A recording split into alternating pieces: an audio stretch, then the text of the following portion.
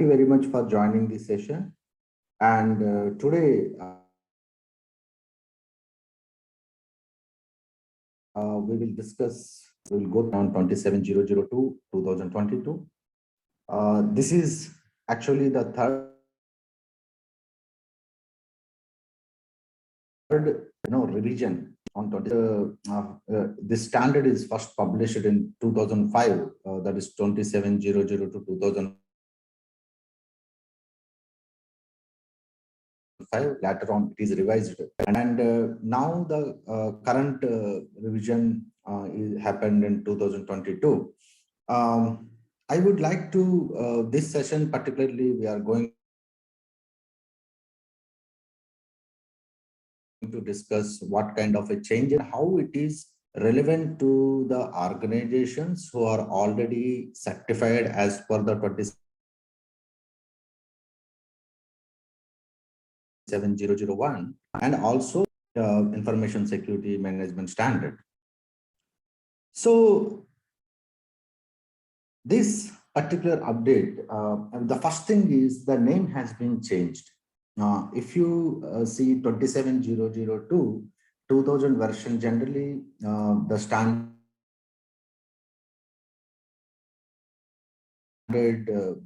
the colleagues and code of practice for information security controls. This is the naming of earlier standard, but now the standard, the name has been changed, revised to information security, cybersecurity, and privacy protection, information security. This particular, the new revisions actually more emphasized on the cybersecurity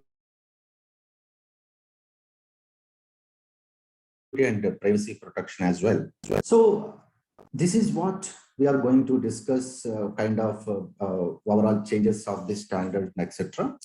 The first one, as I mentioned, the main changes are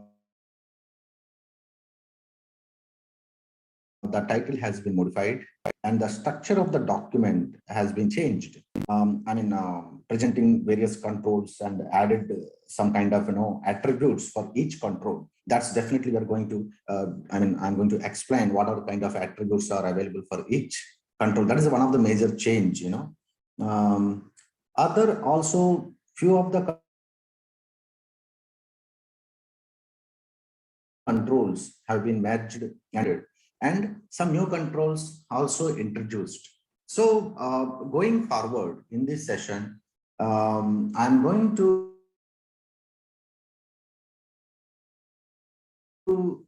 explain what is this spent on, what are the new controls introduced in the standard. Okay, and the merging of the various controls and also the some due to the time constraints we don't really discuss those because there is nothing much change in that. Okay, now yeah, so now it is what kind of before going forward, I would like to request drop the questions in the Q&A, and definitely answer all those questions during the session, or otherwise we will get back to you on your registered email ID. Okay, now yeah, so this 27002 basically it is a kind of a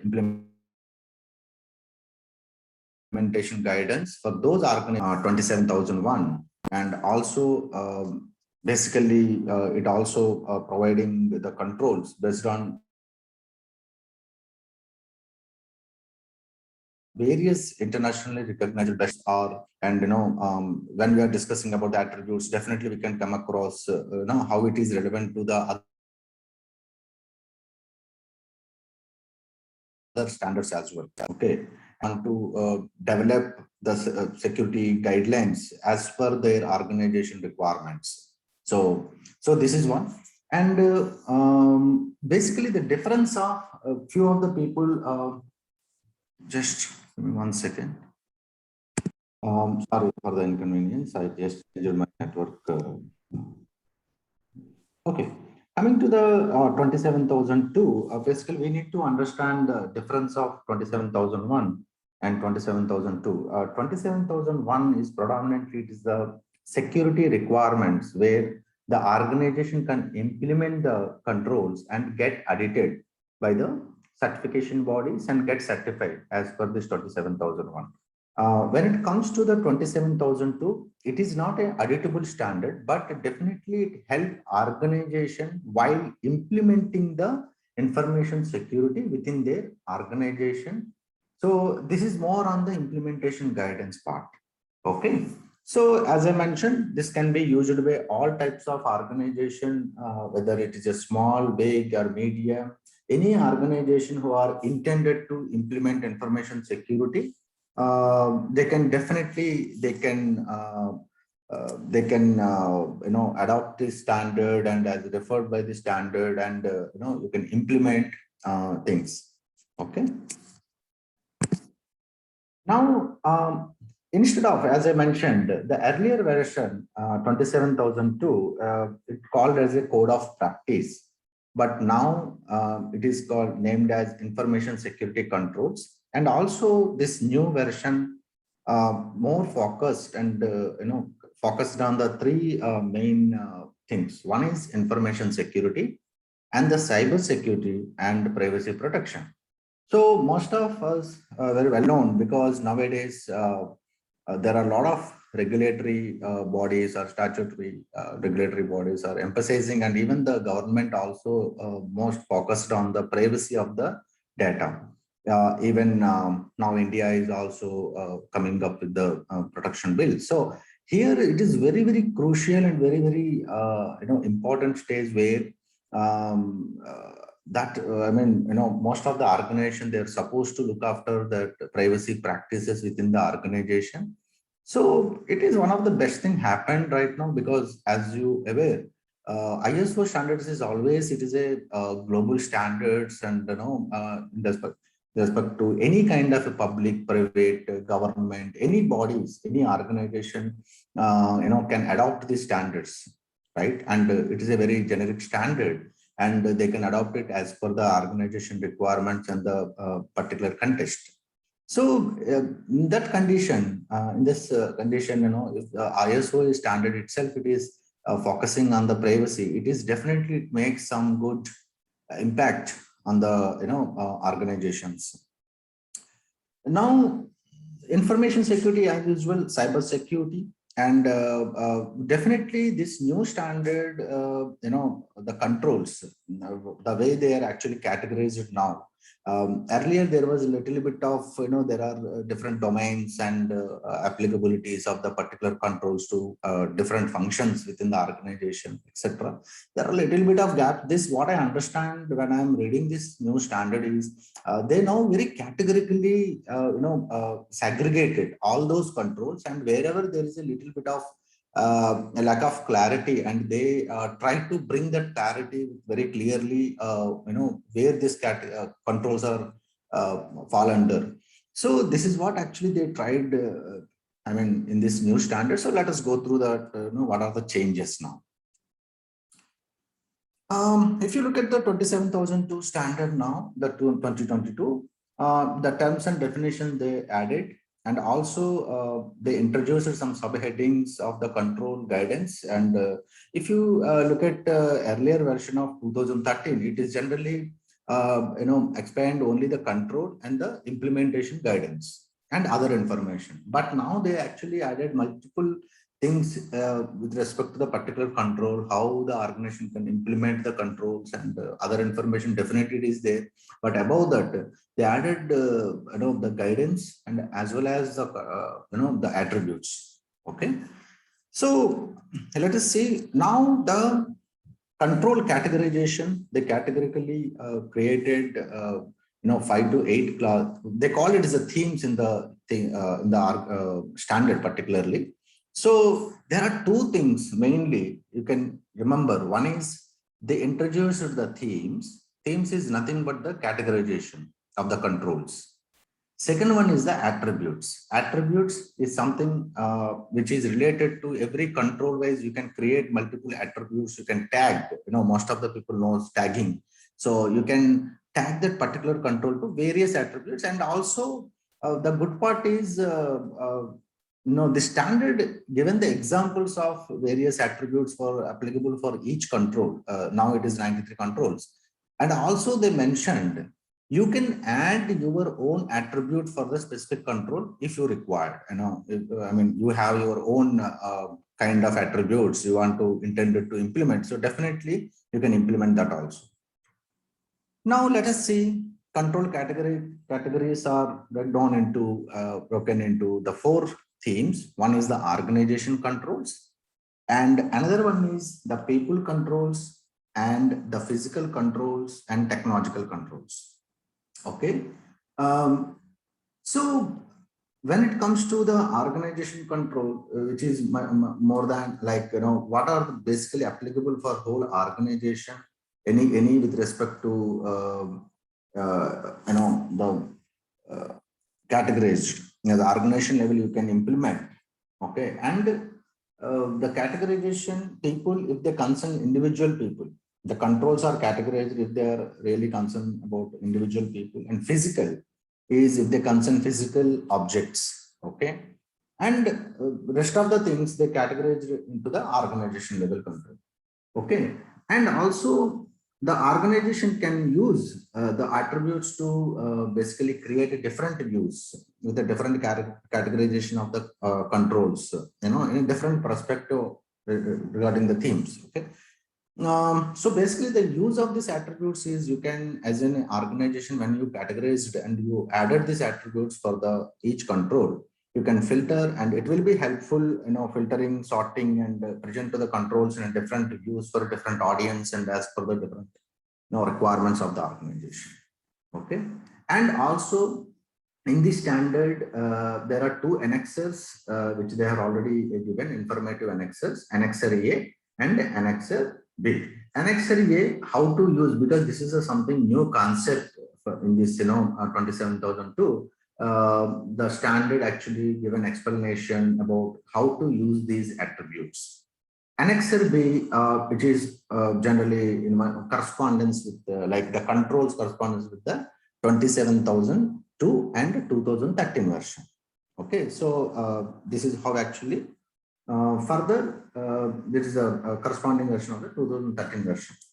Okay, now let us discuss about what is this attributes. It's structured now, organization control. As I mentioned, there are 37 controls under generic organization theme, and people controls are 8 controls relating to the people operations of the organization, and physical controls are around 14, and technological controls are 34 controls. So annexer A, how to use the attributes, and annexer B, 27002 and 2013 edition. Okay, now if you look at the attribute, this is something which very important to understand it here, because most of the time most of the standards are just provide the requirement of control requirement and some explanation about it. But this is the first time, in the ISO particularly and also series of standards, they added this attribute. So let us understand what exactly these attributes are. According to this, as per this new standard revisions, there are 5 categories are given in the attributes, associated attributes. One is control type. Okay, and second one is, just an example, when you are selecting in a control, or you are intended to implement a control, you can tag that control with respect to the preventive control, or corrective control, or the detective control. So these are the different 3 categories of the controls, right? Most of the people aware. These are, now you can tag this, you can add this attribute to the specific controls. For example, training. When we are discussing about the training could be preventive control. Let us take the training as a preventive control. So like that, you can categorize and you can add this particular attribute with respect to the specific controls. Second, the information security properties, and there are different control classifications. Again, it is most of the people are aware of, whoever knows ISMS, they know the confidentiality, integrity, availability. The third one, cyber security concepts, and also operational capabilities and security domains. So these are the 5 different attributes which they mentioned. Now, what are those different categories, attributes? Control type, it is a preventive controls, and detective controls and corrective controls. Okay. Perspective, when and how the controls modifies the, like, when it is comes to the control type is a kind of an attribute to view the controls from the perspective of when and how the control modifies the risk, with regard to the occurrence of that particular incident or anything. Okay. As I mentioned, attribute values are preventive, the intended, basically, the preventive intended to prevent the occurrence of any specific incident. Okay. And when it comes to the detective controls, the controls acts when an information security incident occurs, how to immediately detect that happen. And corrective is, generally it is a control category, which is generally happens after the incident occurs, so that how you can correct that, whatever the outcome of that particular incident. So this is the 3 different control types, which is you can definitely identify for each control. Further, the information security properties, it is attribute to, again, to categorization of the different controls, which characteristics of the information that specific control contributing to preserving or preserving the confidentiality or maybe the integrity or availability. Okay, so if you look at this is very categorically, now we can define for each control what kind of attribute applicable for the specific control, what the control can do, whether it is impacting the confidentiality, preserving the confidentiality or the integrity or availability. So at any point in time, when you are categorized like this, so as an organization, you want to view what are kind of preventive controls, but the integrity is the main focusing area. So you can filter it out. You can find out what are the integrity preventive controls or availability preventive controls or maybe availability corrective controls. So this is how actually you can categorize. One more important thing is it is not necessarily that you have to stick to only one value of this specific attribute. So sometimes the controls can be preventive and detective sometimes, and the one control might be focusing on contributing to preserve the confidentiality, integrity, both, or something like this. So it's multiple values you can select. Now okay, let us see the operational capabilities. This is in the sequence I'm just going. Operational capabilities are attributes. Again, what is the views from the practitioner's perspective? Okay, information security capabilities, whether they are actually governance and asset management. So it is kind of little bit of subdomains, I would say. The governance and the asset management category, operational capabilities, information protection, and human resource security, physical security, system and network security, application security, security configurations, identity and access management, threat and vulnerability management, business continuity. But here there is not business continuity, it's a continuity, ICT continuity, supplier relationship, legal and compliance, and event management and security assurance. These are the attributes mentioned in the operational capability. So you can tag tag that particular control to this specific operational capability. So it is like a implementation perspective, who is actually responsible, asset management. So the certain controls are applicable to that particular category. Now coming back to security concepts is something is very very good part, because this is a little bit of in line with the NIST, the frameworks. NIST frameworks, I have seen this identity and protection and detect, respond, recover. So this is what exactly I'm mentioning at the beginning of the session.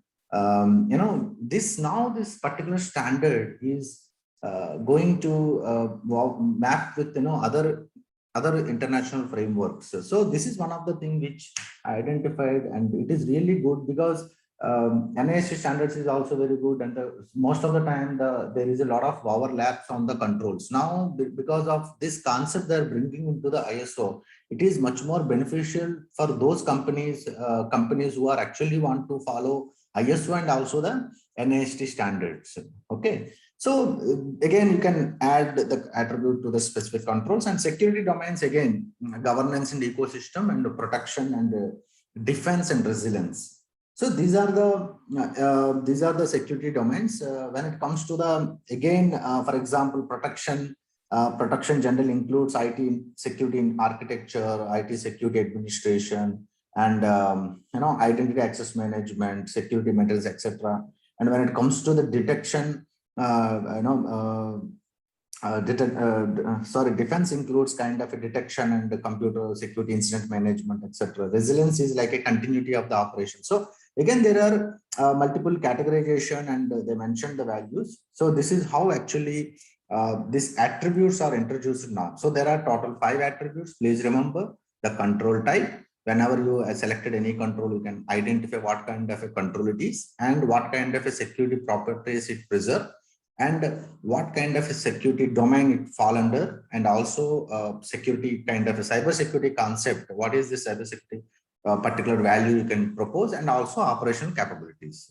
So these are the 5 attributes. All these are not mandatorily to you can select it, but yes, if you look at the standard, which every control wise, whatever the 93 controls, they already identified all this, and above that, as an organization, you can add your own attributes also.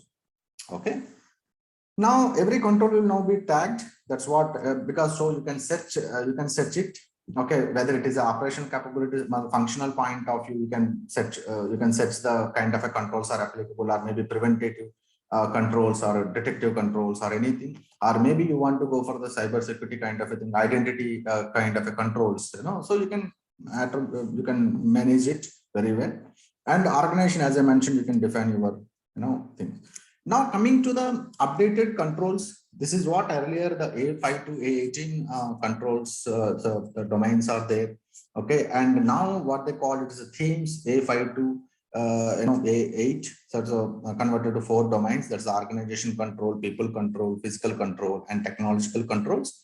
And now the layout of the standard also has been revised. So earlier, if you look at that earlier standard, which is generally the control title, and I mean probably the control and the guidance or other information. But now actually they added these attribute tables, and also what is the purpose of that control, and guidance also comparatively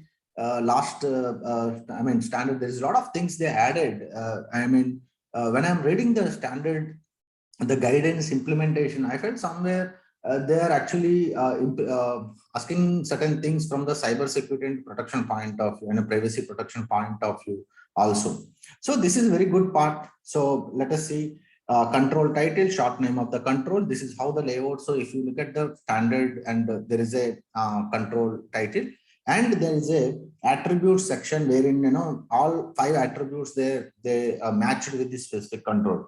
Okay. For example, given some example, like for policies for information security. Okay, attribute table, there is attribute table, and the control, what is the exact control, and what is the purpose of that control, why the control should be implemented, and guidance, and while implementation or after that monitoring and managing the particular control, there are a lot of guidance is given, and any other information which is references for the specific controls also, because now the standard is some very clearly mentioning about the cloud securities also and privacy also. So in this business continuity point of view, so the specific control, there is a lot of reference standards are also mentioned. For example, in some of the controls, when it comes to the there is a new control, security on the cloud services, something like that. Then they are referring to the 27017. That is a particular guidance standard which is applicable for the cloud service providers and the cloud customers also. So this is how the information is given. Just an example, like policies for information security, if it is a control, and the attribute table generally shown that as it is a preventative control, and it also protects the information security policies, protects the confidentiality, integrity, availability of the security properties, and it is identifies the security concept. And operation level, it is generally for the governance. It fall under the governance capabilities, something like this. So this is how actually the layout created.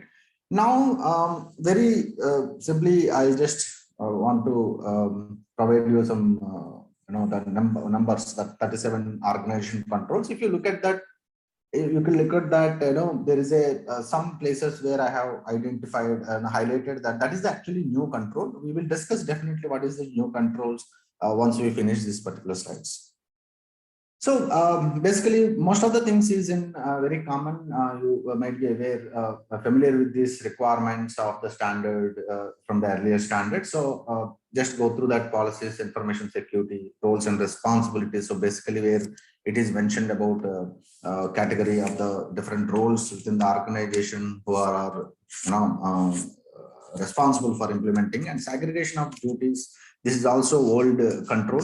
Roles and responsibilities and segregation of the duties, and management responsibilities. Now, yes, what is the responsibility of the management while implementing the specific controls within the organization? Contacts with authorities. As an organization, you have to connect with some authorities at the time of any kind of incidents or any kind of support at the point in time. And the special interest groups for getting the lot of updates about the different information and updates, and you have to, as an organization, you have to connect with the special interest groups. And the threat intelligence is something new that we will discuss in the later slides. Security in the project management and information of inventory of information and other associated assets. It is also renamed because earlier there are two controls like this, asset inventory and inventory of the information assets. Now they are added information and associated assets. Earlier it is purely like asset inventory, but now they little bit of elaborated inventory of information and other associated assets, because a lot of information nowadays, there are some different types of assets. For example, laptop is an asset, right? An application is an asset, or databases are different assets. Media. So what is the first information where it is resides in the specific assets? That's how actually they provided right now. Acceptable use of information and other associated assets, returns of asset, classification. So everything is the organization controls. Classification of information and labeling of information, information transfer, access control, identity management, so etc. So authenticated information like password management, etc., access rights, the role-based access controls, how you provide the access rights and everything. Okay.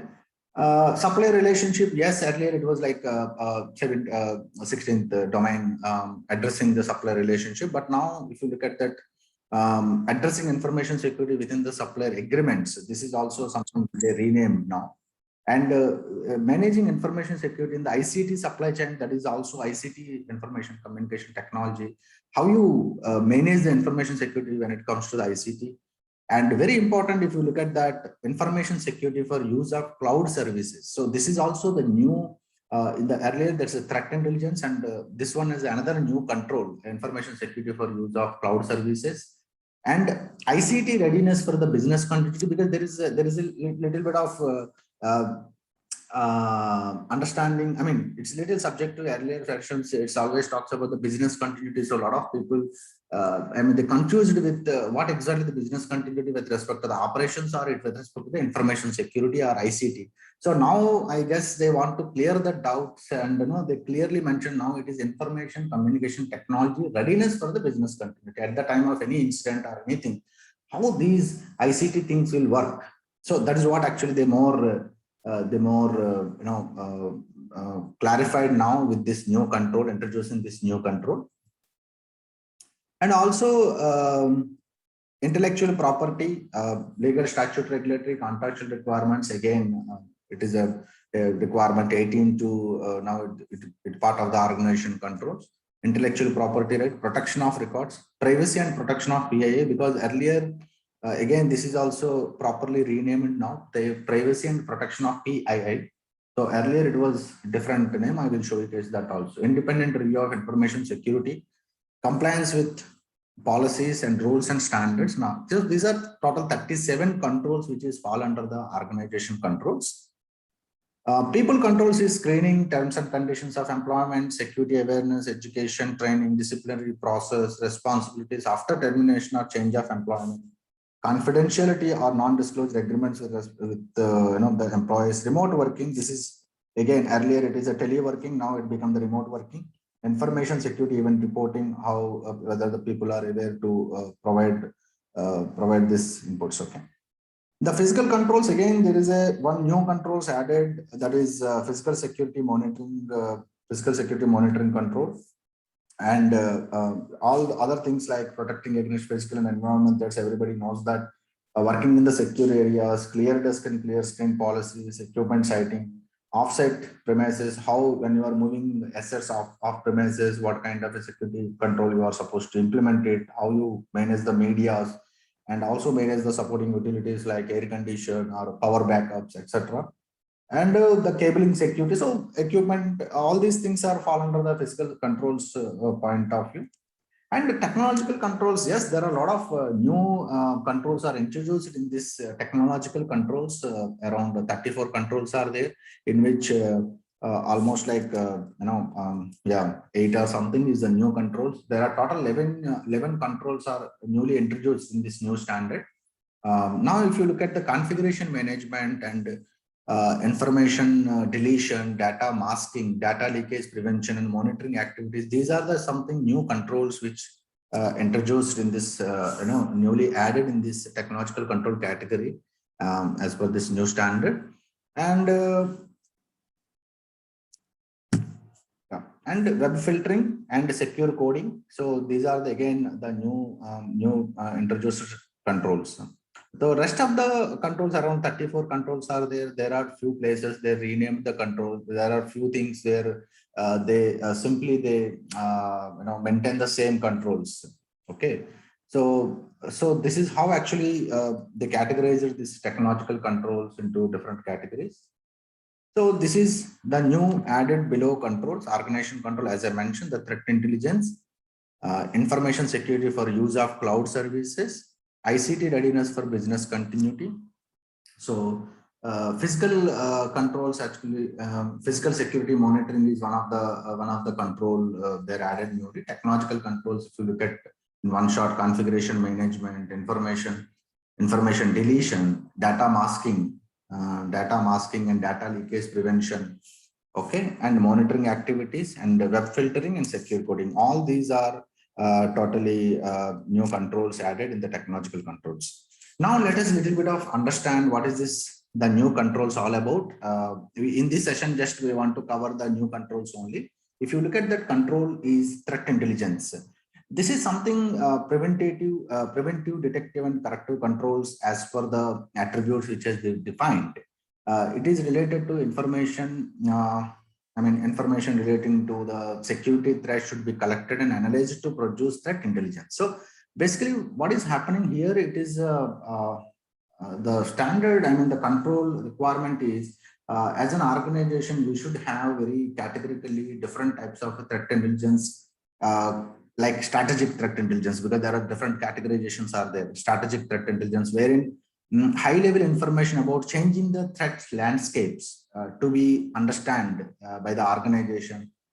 Second level is a kind of a tactical threat intelligence, and what kind of attackers, methodologies, tools, technologies they generally use to harm the organizations. And the operational threat intelligence is something like specific attacks. So basis on all this information, whatever information organization can able to collect it and analyze it, and accordingly they can take the informed actions to prevent such kind of a attack vectors, such kind of a threats. So this is what basically the overall the control is asking about.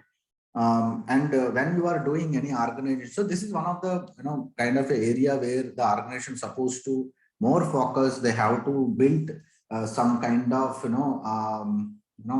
some kind of a processes to understand and analyze these threat intelligence.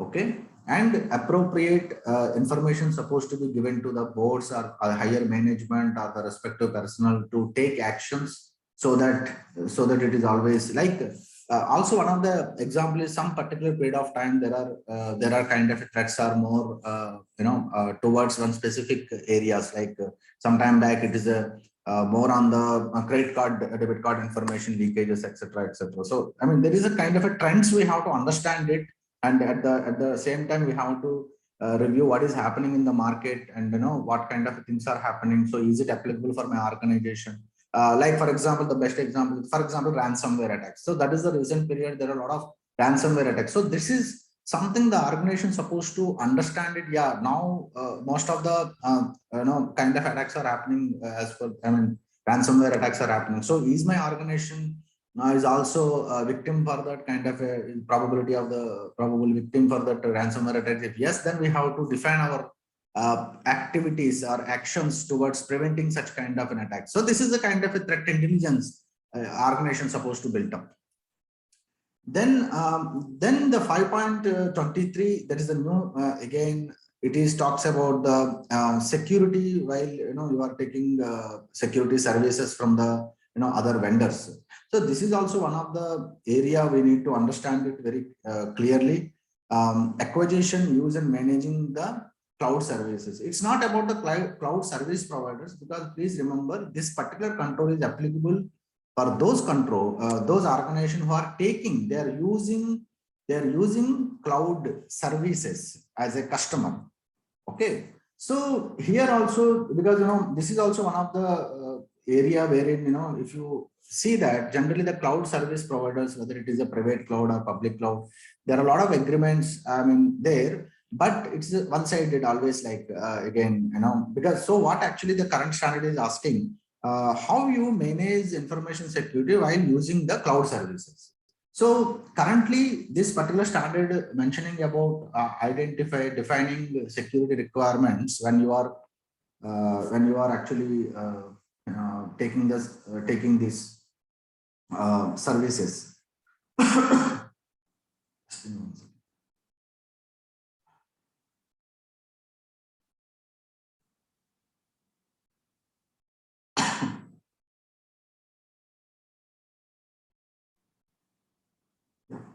So the organization should establish a proper communication, communication and topic specific policy for this, how to manage the information security. And also in this particular requirement, they're talking about requirements with respect to associated to the cloud services. Also cloud usage, basically like you have to define properly what is the selection criteria of the cloud services and what is the scope of the use of the cloud services. This is also mentioning. And generally what is happening here, if you look at that, generally when the organization taking cloud services, there are dual responsibility. There is a shared responsibility between the organization and as well as the service provider. So it has to be very clearly, categorically, we have to define who is responsible for what. For example, if you take, generally we do a lot of PCI, assessments and ISO assessment. So generally there is a very important element of physical security. So when you are considering the physical security as a control, as per the standard, and who is actually responsible while you are, taking the cloud services, is it? So that differentiation, that who is actually responsible for this overall physical security while you are taking the cloud service, it has to be defined somewhere. Also, there are a lot of cloud service providers providing a lot of services like kind of logging, monitoring, and routing, etc., etc. So in that condition, what is their responsibility? What is our organization responsibility? Point number one. Second level, okay, whatever data you are actually storing on that cloud instances, whatever it is, as per the the cloud service provider. So what happens with your data if you want to move out from that particular services, right? Then what will happen with your data? And also if they are subcontracting their cloud, because we come across generally when you are taking a service from the one service provider and probably he is outsourcing or maybe subcontracting to the another vendor. So in that case, what is the requirements, information security, how you are actually emphasize the putting that agreements in that agreements, whether they are outsourcing it, then who will takes care of your information security or data security. So all these things you have to analyze before considering any service providers, and also the roles and responsibilities also needs to be very categorically mentioned in your agreements. Okay, and also there are two things how information security capabilities generally, as we earlier slide also mentioned, capabilities of the service provider, and how you get that assurance from the service providers that the information security controls are implemented by that service provider. So, I mean, these are some specific things you need to consider, and like that, there are a lot of other information is provided in the standards. So basically, this is the another new control. So ICT readiness is also, as I mentioned, information and communication technology.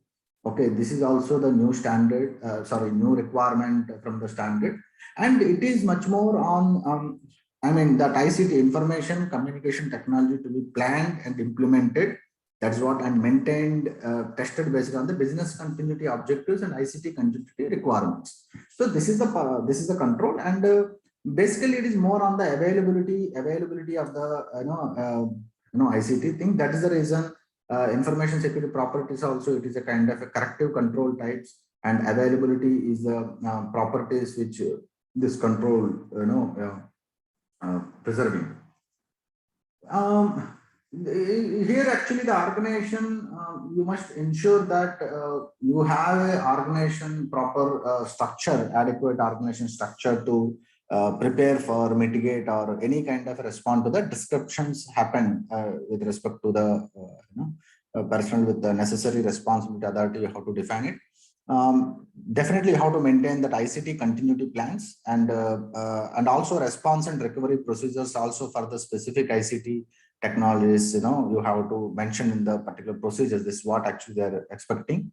How you manage in kind of ICT in case of ICT service descriptions. Okay, so while doing this, you have to definitely focus on the BIA, the business impact analysis, and RTO and RPO of each ICT service which is there in your organization. So this is something like you have to more focus on the technology side here. This is more clarity as given now, because earlier there is a small gap in that explanation. So now it is very categorically mentioned clearly. You have to identify your ICT services, information communication technology services. How you manage that? What happens if there is a disruption of the services? How you continue those such kind of a situation? Okay, and for that you might require to understand what is your business impact analysis if something goes wrong. And also you have to define the specific service point of view, the RTO and RPO. You have to define it for this particular ICT. So this is related to business continuity, ICT business continuity. Then the further one is directly physical related control, that is the physical security monitoring control. This is again because when I'm reading this particular requirement, I thought it was there already in the 27.00 to 2013 also. Why they're actually adding it as a new control? So myself, I got into the doubt, and I very very granularly I went and I read the 2013, because you see we have perceived that there is a physical security monitoring controls are there in the 2013. Yes, but what actually happened there? They mentioned you control movement of you control the information, protect the information security facilities or information processing facilities. That is what actually they mentioned in 2013. But now actually they clearly given guidance like premises should be continuously monitored. This is the word they never used in the 2013 version, and monitored for unauthorized physical access. This is what actually they are very clearly mentioned. It means you have to monitor the premises continuously to protect from any unauthorized access.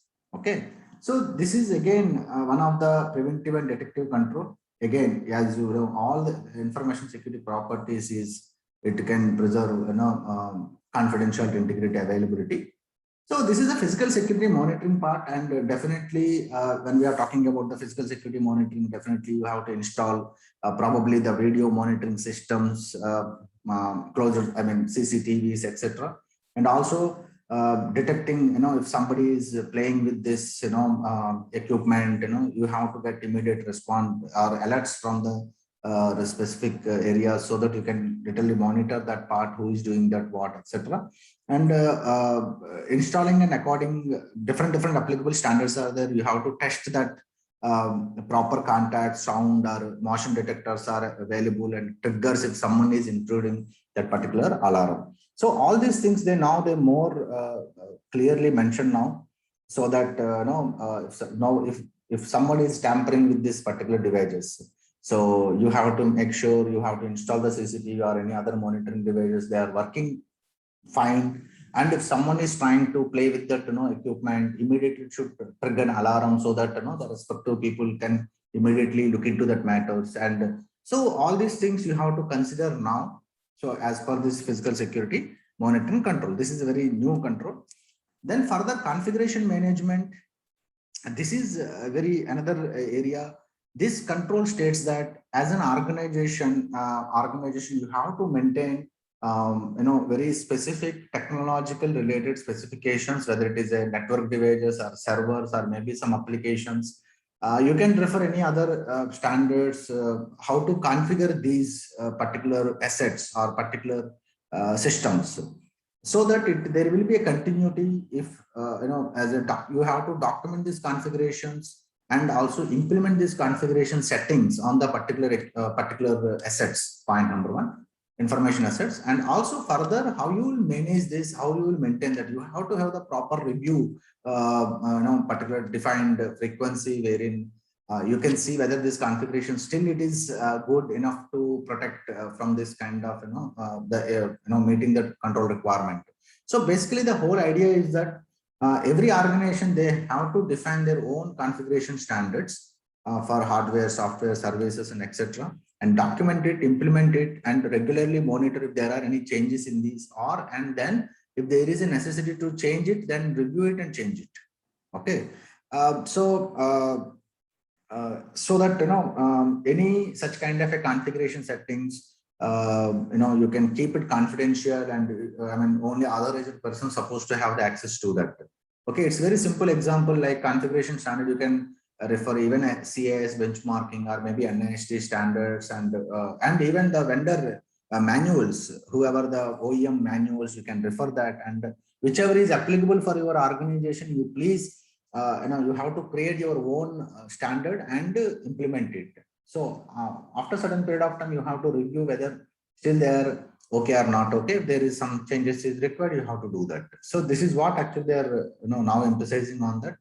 Then information deletion, definitely it depends on where you are actually operating, what is the requirement of information deletion, because certain times, as per the statutory requirements or regulatory requirements, you have to maintain certain type of a data at a particular duration. But after that, how you are actually deleting this data, it's now it is actually clearly mentioning that the data stored in the information systems and various devices or any other storage medias should be deleted when no longer required. So it means what you need to implement, probably the process of identifying the retention periods of the various data, and after retention period, how you are going to delete the data securely, because this is again very important element we need to consider, because the securely delete the data or information, this is very important, because there are a lot of methodologies or there are a lot of methods are there available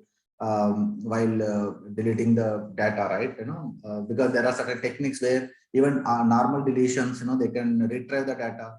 So you can use different methods like degaussing or demagnetization, or maybe the breaking that things. There are various different methods you can follow, but the main important thing is, now as an organization, you have to identify the information and define the retention period, and what is the justification of the retention, why you want to store the data at a particular point till a particular duration, and what is the requirement, and after that, what is the process you will through process, you will find out the data or information is beyond the retention period. Yes, if you need to suppose to delete that after retention period, then how you are going to delete that, and the records needs to be maintained properly. So this is the whole process of information deletion.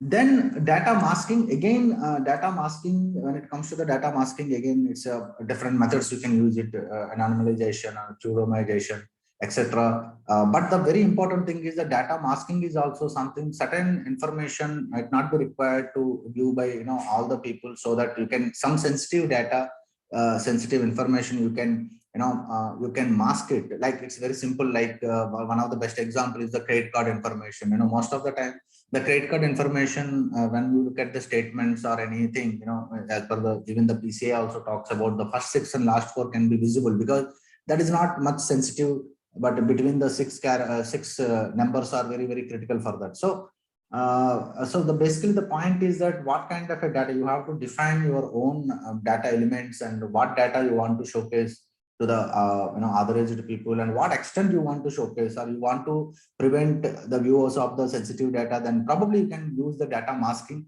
There are different methods. Again, you are replacing certain content, certain information with the characters with some other characters, or maybe crossing, and deleting in between the some data, so that you can only showcase that non-sensitive data. Scrubbing, and there are different methods you can use it, particularly for data masking. Even probably, yeah, information encryption is also, like hashing also one of the part, encryption also one of the thing you can use it, and truncation also you can use one of the methods. So there are different methods you can use it, but ultimately what is the intent of this particular new requirement is only show whatever data is non-sensitive. If you have some sensitive data, and prevent to provide the data views to any persons. Okay, the particularly PIA, this is something where you can see that limit exposure of sensitive data, including PIA, personal identifiable information. Then data leakage prevention. Again, data leakage prevention is, you have to measures should be taken, how the data is actually, when one is, there are 3 different ones: during the processing, storing, and transferring the data. So in all the 3 cases, how you prevent data leakages? So you have to implement certain requirements and controls to prevent such kind of a data leakages. Okay, so this is one thing. Basically, you can classify, basically, when you are talking about the data leakage prevention, probably as an organization, you might require to identify and classifying that information, and then protect from the different types of against different types of leakages. So that is one thing. And you have to identify, like, what chances of data leakage through various channels, like maybe the emails and mobile devices, or different media, short or portable storage medias, etc. And how you would like to prevent such kind of leakages.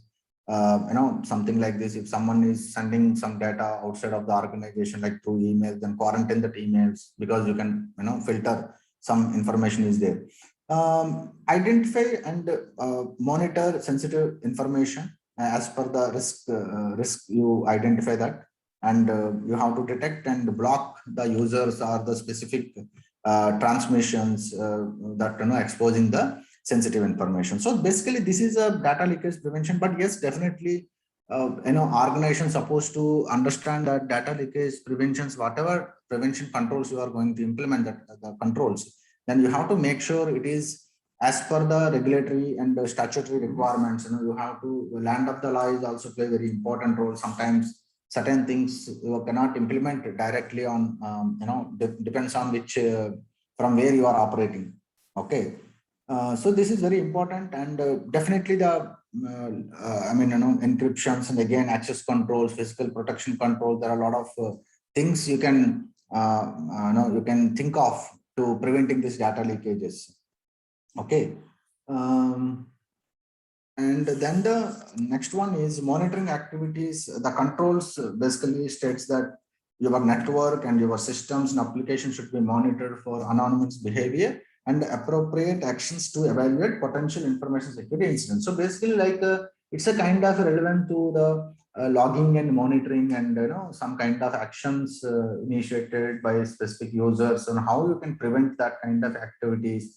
So definitely, it is more clearly now mentioned, like the kind of actions happen. You have to have the system wherein you can see the regular alerts from these kind of activities. You have to monitor that, and basically it's a logging and monitoring. I would say it's a logging. Most of the companies, they implement already SAM solutions and etc. So initiate activate that logging in the specific systems, and if there is something happening with the specific systems, then it automatically alerts that. You see, the thing is that what this particular control is talking about is you have to monitor those alerts. It's not like there are a lot of ways, the logs will be generated from various systems, but there are thousands of logs, right? I mean, there are hundreds of logs, thousands of logs as per the system. But you have to, till the time you don't monitor those logs, you cannot correlate and you cannot take any appropriate actions. So this is very important to monitor the activities. That is where actually you can come across, this is something is happening, so you can immediately you can detect it and you can try to defend that kind of potential harms, the incident. So this is what monitoring activities. Further, there is a web filtering external websites, because this is more on the accessing the external website, which can be harm to your organization, or something web filtering has to implement now, right now. Okay, and further, it is also preventive control, and definitely, websites, like when you are identifying and types of websites, so that your personal should or should not have access. So this is very important to identify those things, websites. Blocking access to such kind of websites is also very important. Websites that have, like suspected malicious websites, something like this, and maybe the malicious websites from the, you identified through your threat intelligence, which we earlier, discussed. Okay, and also the websites having some kind of illegal content. So so you can identify what kind of websites, and you can prevent to access those websites. That is something which you can define it properly. Secure coding, this is also one of the another one is, because nowadays there is a lot of hackings or anything happen generally for those, mainly if you look at that, most of the time it is application layer, application level problems. So this is very important to understand it, even though earlier version of 27002 is touched this particular point by saying validating the inputs and validating the outputs, etc. But now it is very clearly they mentioned it is not about only at the field, I mean the particular parameter level, value level. Now the secure coding has to implemented within the entire whole organization. The secure coding principle should be applied to the software development. The development team should aware how to build a secure, how to write a secure coding. Probably here the organization is supposed to conduct one very good training sessions to their people, like OWSP trainings and top 10, science top 25, etc. So this entire organization level who are involved in this particular software development and testing, they should aware what is the secure coding practices. And yes, as an organization, you can create your own secure coding guidelines. And when somebody is developed the code, then they have to refer the standards and they can build that code. After that, there should be a process of checking whether they followed these coding practices or not. It is a no, I mean, if there is a way you can find out that, so that all these the processes you need to implement. So this is one of the, so that you can avoid any vulnerabilities, applications or bug within the application. So itself, while doing the development only, you can consider the secure coding practices, and you can build some good applications. So that's how you can prevent such kind of attacks in future. Now, as I mentioned, so these are the different control. Just I'm taking 1 minute.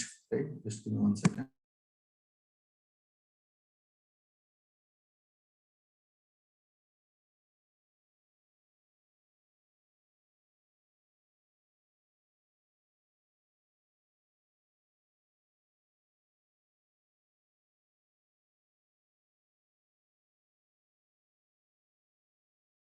Actually, after this session, I will answer most of the questions. There are few questions are there, like someone is asking 27,002 2022 be a certifiable standard. No, as I mentioned very clearly, this is not a certifiable standard, while certification standard is 27,001. Again, I'm telling you, like this month, probably we are expecting the 27,001 2022 version. That is the auditable standard. Don't worry. When anybody like you want to get certification for your organization, the 27,001 is only applicable. The certification bodies, they can come and they can perform the assessment as per the standard. 27,002 is as I mentioned, it's an implementation guidance. So while developing the controls or while implementing the controls, you can go through the standard. So it will give you a lot of information about how to implement the specific standard controls. So this is the difference between. So the answer is no, it is not a auditable standard. Yes, someone is asking again. Someone is asking whether it is in line with 27,000. Yes, as I mentioned already, the 27,001 also going to be revised now, and it is in line, in line with this 27,002 standard. Okay, guys. Let me finish my other few slides so that we can get back to the question and answers, so we can discuss few of the things as per the time permit time. Okay. Now there are old controls. Now it's very simple. It's very simple. Old controls and new controls. There is nothing changed, but except the way they are actually labeled now. The teleworking earlier, as per the 6.2.2, now it is talking about remote working. Termination or change of employment responsibilities now become responsibilities after termination or change employment. User registration, re-registration, identity management. So secure logon procedures, now they're talking about the secure authentication, access control to program source code, access to source code. Now very, very, very important, and because even I spend a little bit of time. What is the difference? If you see 11.1.1 physical security perimeter and 7.1 physical security perimeters. So S is the only they added. I thought maybe I was wrong. Maybe I'm considering this rename, but when I'm again and again checking, everything is same. But then I found the S last. That is the only change, the renaming. Security of equipment and asset off premises. Now security of assets off premises. Clear desk, clear screen. So these are some of the old controls and the new controls. Only the names have been changed. Network controls, earlier they're known to be network controls. Now they're talking about the network security. Segregation networks, segregation of networks, in and off. So there is nothing much changes, but yes, definitely in the 2022 they're more given the guidance and everything. So definitely it was to read out again, even though the controls are remain same. But the explanation, the guiding principles, explanation what is expected from the controls, they're very much clearly given now. Protection of test data, test information. So supply relationship, now information security in the supply relationship, addressing security within supplier agreement, addressing information security within the supplier agreement. So this is how actually the renaming is happened. There are around 23 controls are renamed, and after that there are few controls they are totally deleted now, because somewhere the intentions of these controls are included in some other controls. So actually there are around 16 controls they deleted now. So if you look at this merged controls, there are around 57 controls are merged in 24 controls. 35 controls remain same. 23 controls renamed now, and 11 new controls are added. Already we discussed about the 11 new controls. So if you look at this 24, 35, 23, 11 is exactly the 93 controls. So remember 93 controls.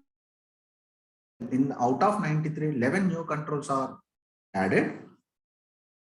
Few controls, 57 around earlier, it's 114. So 57 to 24, it become 24 controls, and the remain control 35 is remain same. That's all. And this is something like what kind of a controls are merged into 27,002. As I mentioned, there are 57 to 24 controls. These are the 24 controls. After this, we are actually going to upload this into the somewhere YouTube. You can go through that, because it is again going through all the controls here, original controls, and merged into the 27,002 controls. Okay. Um, yeah, and original, okay. And this is how actually original controls are, original control policy on the use of cryptography control key management. Now it became use of cryptography. That's all. Everything is merged into that. Physical entry console, delivery and loading areas, it become the physical entry. That's where, it's merged into that. A12 change management, system change control procedures, etc. It become the change management, separation of duties, separation of development environment. They now clubbed into the, if you look at the separation of development, testing, operation environments and secure development environment, now they mixed out both the things and they said separation of development, test and production environment. So this is how actually generally it's happening. Logging all the original controls become event logging, protection of log information, administration operate. So now it become logging only because the purpose of logging is to do all these things. Okay.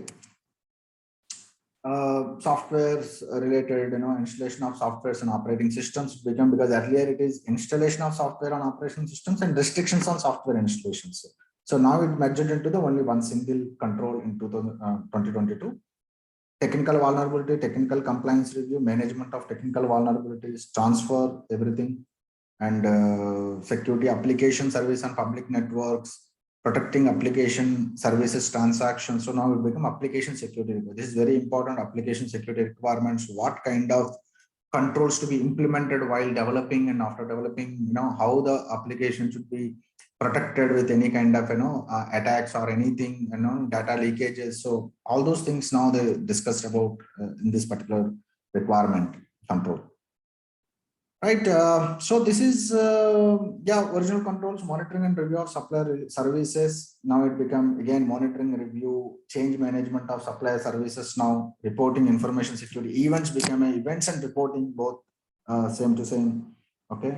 And planning, information security continuity, information security continuity, implementing information security continuity, everything becomes the security during the description. That is the ICT.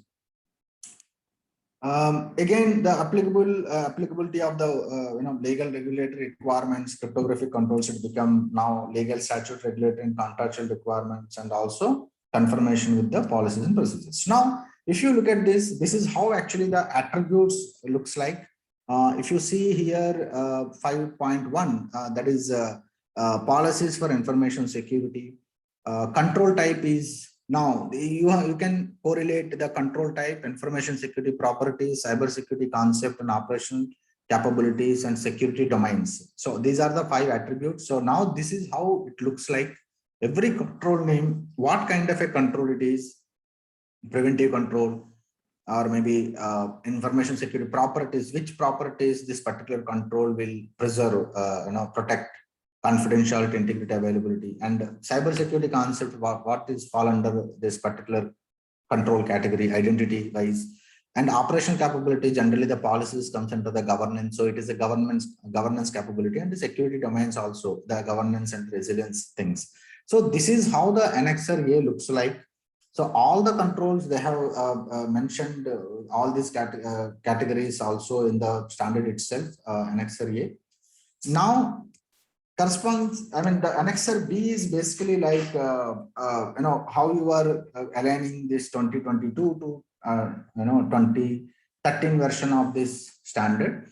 So what are the changes happened? Like as I mentioned, there are 2 controls of 27002 2000 version, that is the 5.1.1 and 5.1.2. Okay. Review of the information security policies and having the information security policies, both are merged into 5.1 only. That is now become policies for information security. Like this, they are actually clearly defined which are the new controls, which are the merged controls, etc. And later stages, the 27001 also coming up. And now as an organization, what you are supposed to do is what are the going to the changes in the 27 who are already certified for 27001 standard, or maybe they want intended to certify their organization for this 27001. They have to go back and they have to redefine their controls basis on the risk levels. And definitely now the SOA statement of applicability is going to be changed, because now again the risk assessment is one of the important stage wherein you have to identify the various risks as per your organization, and the selecting the controls, maybe you have to, you have to replace certain controls, and along with that, probably you may need to, add this attribute so it is more searchable, and you can add your own individual attributes also. As per your organization, like for example, any of these attributes never mentioned about. Just take an example of the governance and the security domains. Instead of that, I would like to add my department. Okay, which department is responsible for this particular control, right? I mean, I can add my own attributes so that it will be easier for me. Like when I click on the HR, human resource, then all HR related controls will be available to me. And like, I can assign these to different departments wise or functions wise. I can create my own attributes also for each control category, control type. So this is how actually you can do. Yes, when it comes to the 27001, you may require to, no, you definitely required to realign all these controls and also add attributes. And definitely because of this new total new controls, there will be some changes might be happen at your, specific topics of within the organization, like the policies, some kind of a procedures might be required to change it. But don't worry, when the 27001 standard will be published, definitely you will get there is a transition time for implementing all the new changes, and then you can get the certification from the CB. So generally you will get good enough time. But yes, compared to the earlier version, this version is more focused on the certain things which is in line with the current technological advancements happening in the industry, and definitely it will help the organizations. And yeah, I mean, with this, yeah, I just like to bring you to notice that the QRC is a ISO 27001 and 27701 certification body, and also it is a such an empanelment company, and also we are providing a lot of certifications in respect to payment card industry, like we are a QSA company, and SLC software security lifecycle company, 3D SSSR company, and our some of the services, like predominantly we are more focusing on the certification services, like various certifications, whether it is a PCI certification or ISO certifications or SWIFT certification assessments and SOC attestations, HIPAA, GDPR, and compliance services with respect to the more on the regulatory bodies like RBI, IRDA, UADA, because as being a second empaneled company, we are performing this one. And IT audits and security services, this is what something we generally provide these services also. Yeah. So I mean, thank you very much. Now I would like to take a few minutes to address some of the questions which is asked by the audience participants here. I'm going to answer all our live only. Yeah, all the controls is tagged with CA attribute. Any value add for introducing it on your view? Yeah, definitely, because you see, I mean, basically the thing is that when one control, because earlier also the controls are there and everybody knows what is the CA triangle and which control is going to help, but there is no clear-cut documentation anywhere available.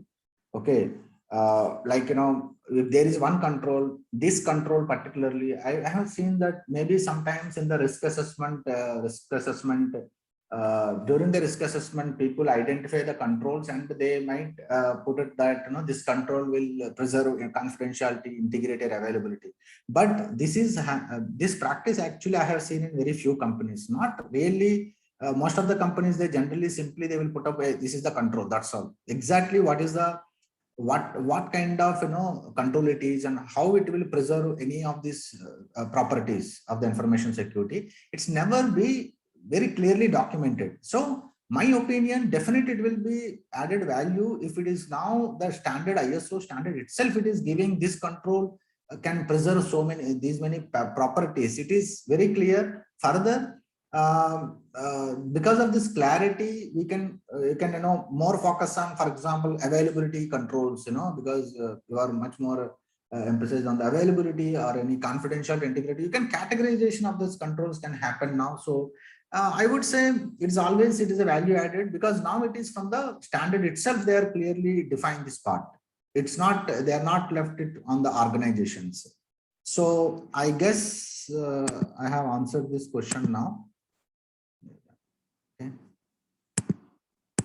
Okay. And will already I have with this 27,002 certifiable standard. I said it's no, it's not a certifiable standard, and 27,001 is only the certifiable standard. So that's one.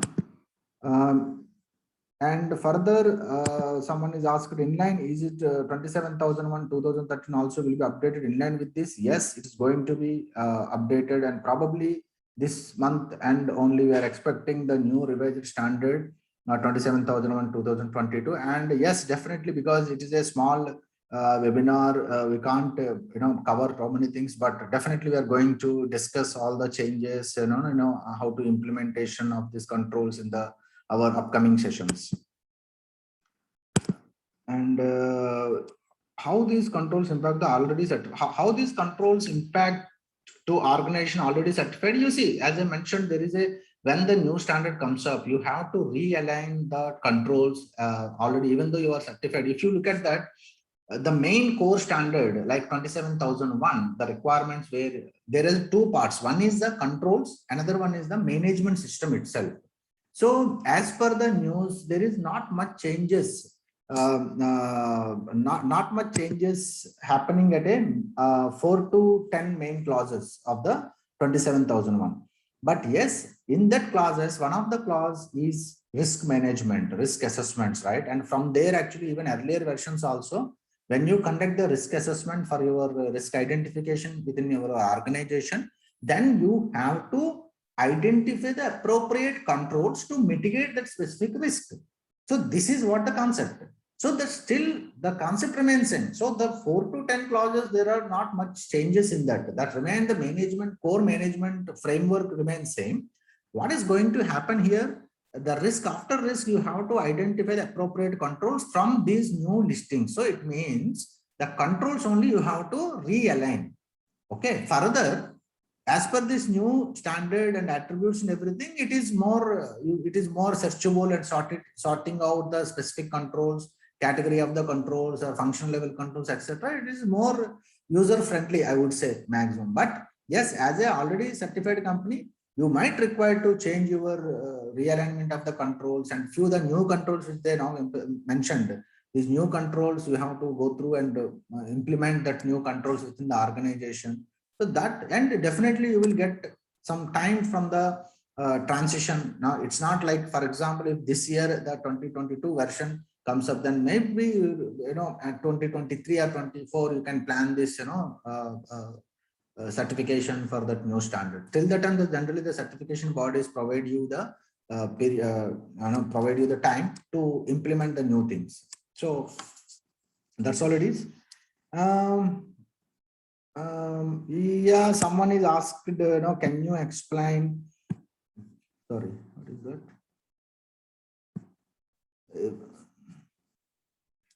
Can you explain an evidence for each control that an editor looks for? Definitely, but frankly speaking, that it takes a lot of time, because every control wise understanding the each and every evidence.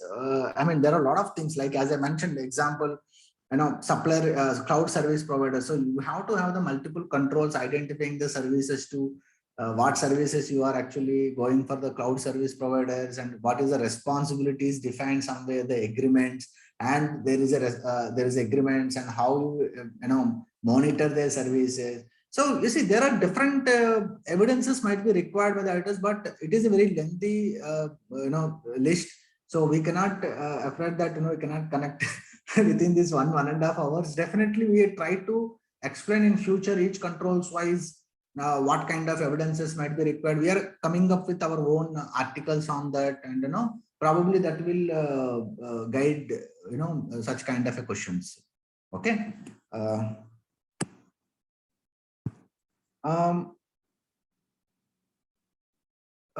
If an organization has PCI DSS and SOC type 2 compliance, do they need to undergo ISO compliance again? You see, ISO certification is another standard itself. When it comes to the PCI DSS, PCI DSS is main focus is on the protecting the cardholder data environment, that particular information. When it comes to the SOC 2 type 2, it is protecting the specific services which you are providing to your customers with respect to the 5 trusted principles, right? Like that, when it comes to the ISO compliance, you see, it is not a regulatory requirement or statutory requirement. ISO standard certifications is always like a voluntary standards. The management can decide if they would like to.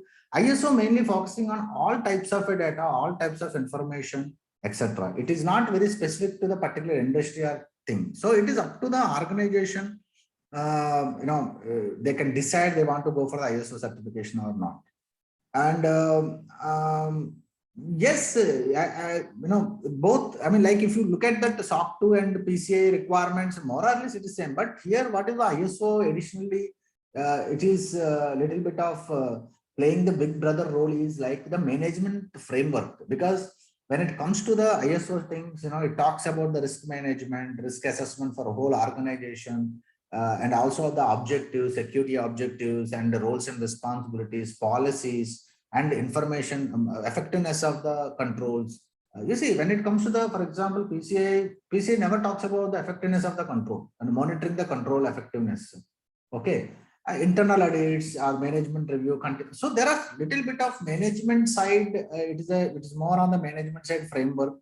So it will give you more structured way to implement the specific controls within the organization. And second thing, it is not a mandatory standard; it is a voluntary standard. So it is up to the organization how they want to implement this ISO principles, ISO standards in their organization. Okay, so this is the one. No, actually, someone is asking again if the organization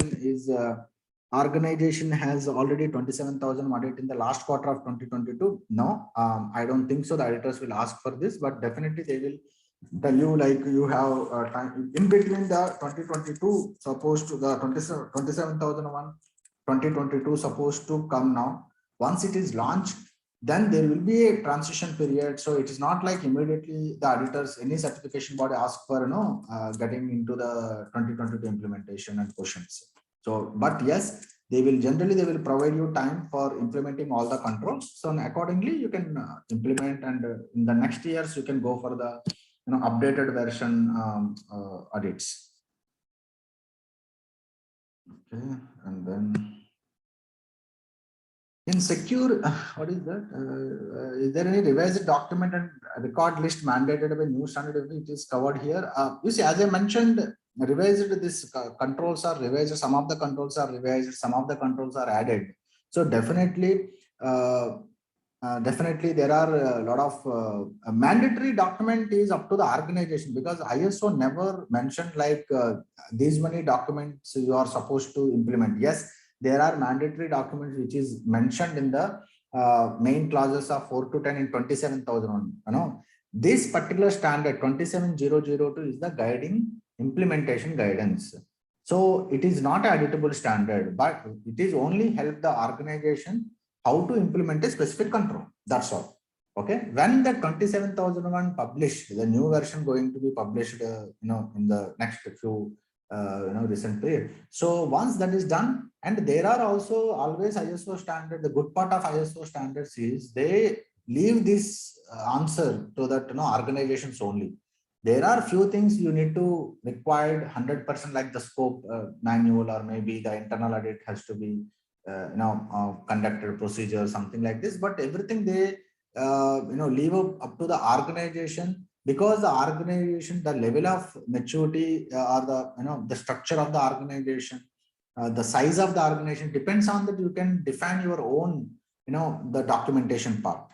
Okay, so it is not like this particular set of documents mandatory for all the organization. It is not like that. It depends on organization to organizations. But yes, definitely, whatever the way you are presenting that control implementation status to the auditors will look at that, whether it is sufficient enough to meet that control requirements, the intent, the objectives of this control implementation. So that is what they look up. Yeah, I mean, it depends on the organization size and that context. secure abroad environment secure coding is included is secure engineering principle as separate requirement as secure coding is included in standard. Yes, I mean basically when what is happening here, the secure coding is engineering principles is something like, you know, when you are talking about security coding, you know, there are different stages will be there, and you have to ensure the security is also play under the play their role in while developing the applications. Okay, so because since now they're emphasizing on the secure coding, it is also part of that. Like it's not about only secure coding. Even after that, the quality testing, quality assurance process needs to be established. Before that, you know, the roles and responsibilities, whatever the stages of, you know, requirement analysis to designing, development and testing and deployment, everywhere you have to bring that security into the picture. Okay, that is what mainly the engineering principles, and the coding is specifically they mentioned about the secure coding because it never talks about that secure coding guidelines or anything, because ultimately the coding is development is very important, right? So so these are two different things. One is the engineering principles is something like all the levels of software development life cycle, the principles needs to be implemented. You have to follow certain process. When it comes to the secure coding is also one of the requirements, so where that whoever working on the coding or testing, they should know what is the secure coding means all about, right? So this is what you know, I feel about this particular thing. And you see, for someone is asking how long the logs needs to be maintained online now, coming to the ISO part, it is not, I mean, because as I mentioned, this particular standard is very generic in standard. It depends on the organization who is implementing the standard, adopted the standard, depends on the risk identification. They can define how long they need to maintain the logs.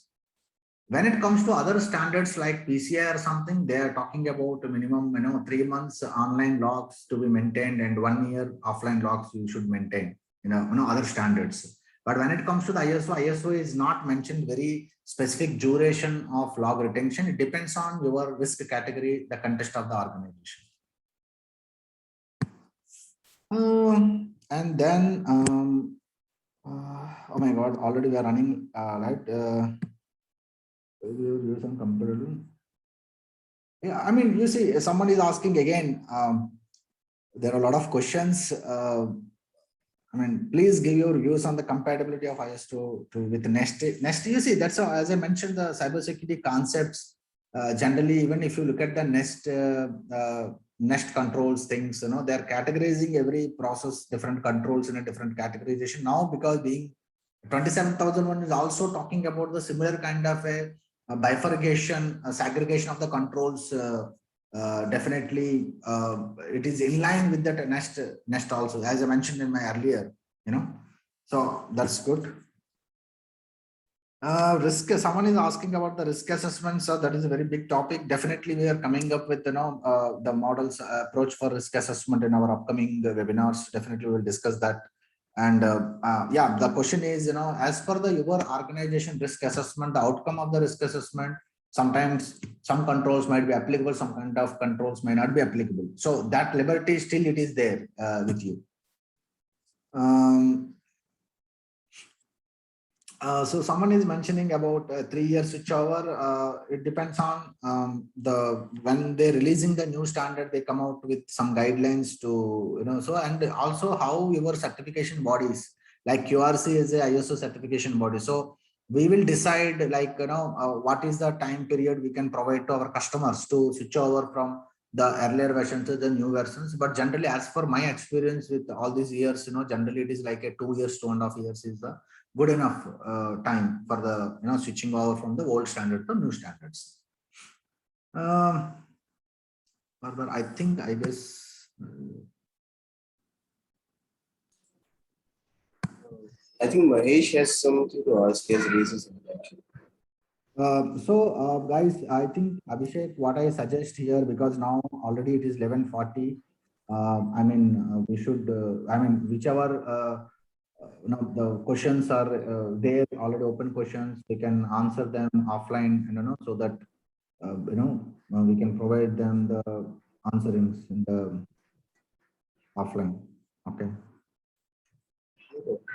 Yeah, and please drop your questions here, and also you people are having our the emails anytime, and we are coming up with our next session on once the new standard published, then definitely we will get more detail of understanding the things, understanding various controls and etc. once the new standard published. Okay, and